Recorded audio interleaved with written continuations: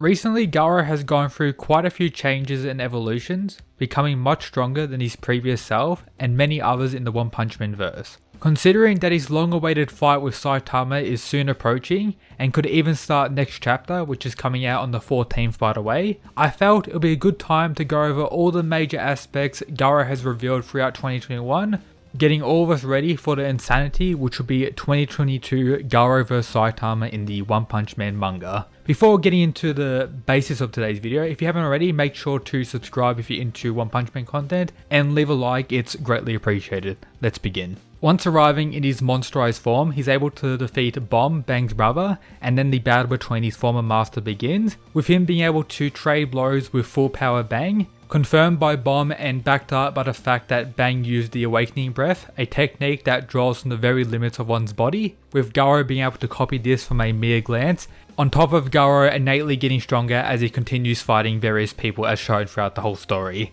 Another thing to take note that this is Garou without control. Later in the video where Garou gets control again, he gets much stronger, but I'll talk about that shortly. He pulls out a technique that Bang sealed long ago, with us learning that when Garou initially left the dojo, he broke into the safe and had a look at the scrolls containing secret techniques, with Garou using more of these in the next few chapters, including combining them, such as this here.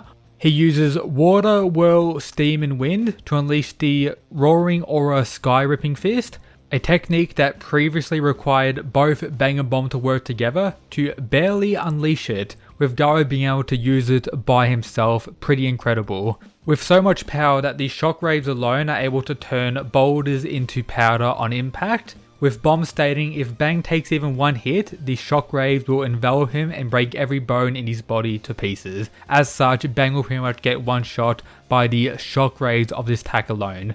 With again, Bang being one of the stronger S-class heroes, this is insane for Garou. And it's not just a statement, Garou pretty much does it. We see this panel here where Bang's able to land a direct shot on Garou's face. However, at the same time, Garou is able to graze Bang, as such one-shotting him. If a graze is able to do that much damage, imagine what a direct blow will do to most of the weaker heroes and monsters throughout the One Punch Man verse. With that concluding everything we got about Garou without control, now let's talk about Garou in his monsterized form with control. First, he's able to one-shot Vomited Through Ugly with this crazy kick.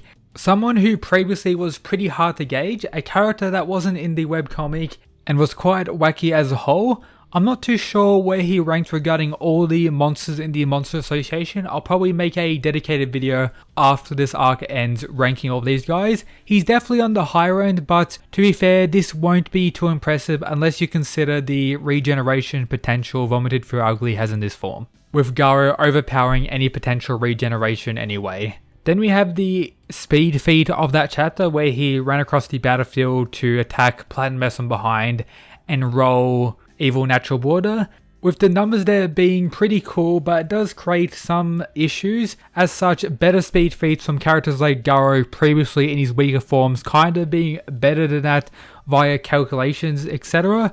So I'm not going to talk too much about this. It just shows that he's able to react to, and outspeed, Evil Natural Waters, threat, intent, attack type thing, whatever he does, and kind of blitz most of the heroes because they all thought King actually did it, but you know, we all know that's due to King's master plan, but yeah, pretty cool. From there, we get an understanding of what current Garou's goal is.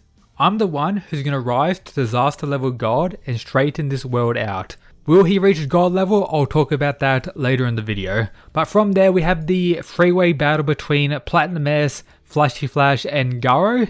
This is pretty cool, showing how much stronger Flashy Flash is compared to many other heroes, but the real thing to use to gauge Garou's power here is Platinum S. So we saw previously Golden S, a weaker form compared to Platinum S, was able to absolutely roll people like Darkshine. Yes, Darkshine is mentally nerfed, but again, Golden S is able to roll other heroes as well. And then Platinum S being able to absolutely foderize all these other heroes. Yes, they're all weakened and severely injured, but still, that is something to take note of. I won't go into too much detail about Platinum S's power, as I'll do that in my updated monster ranking video, like I mentioned earlier for Vomited Through Ugly. But just take note that Platinum S is one of the strongest characters in the series as well. So the battle mainly consists of all three of them being relatively equal for the most part.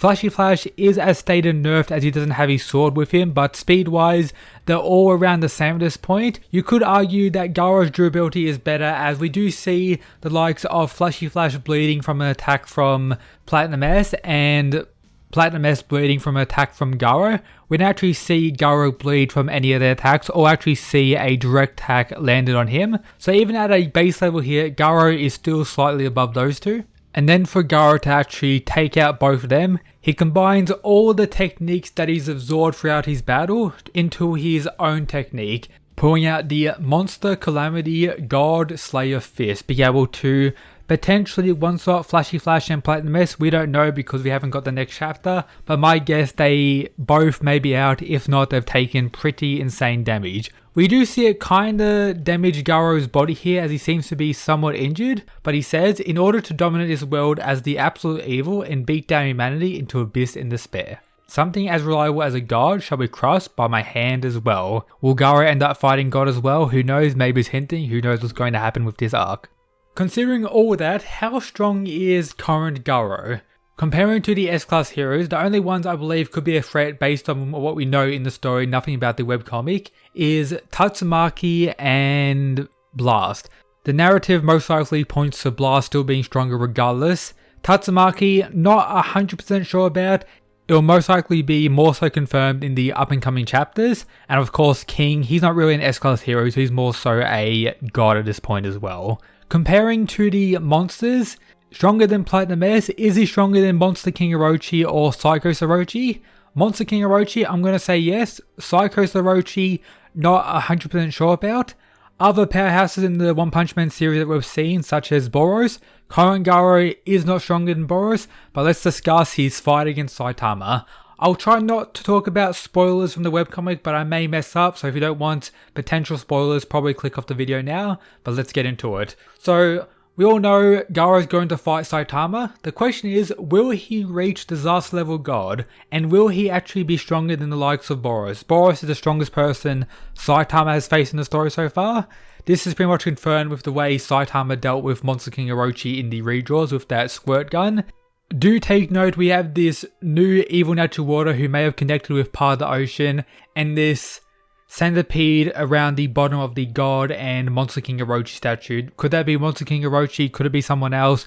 Who knows about that, but there are two possibilities. Regardless, Garou should surpass all those, leaving only Boros to overcome.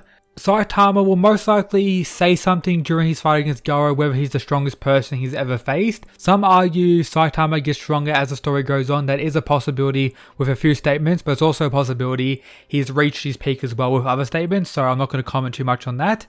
Garou, I personally believe in the manga, based on how it's going, will actually surpass Boros and be the second strongest in the series next to Saitama. Of course, not including people like Blast, who are kinda unknown, and God, who will most likely be stronger by the end of the series. But there's some characters who've actually had battles.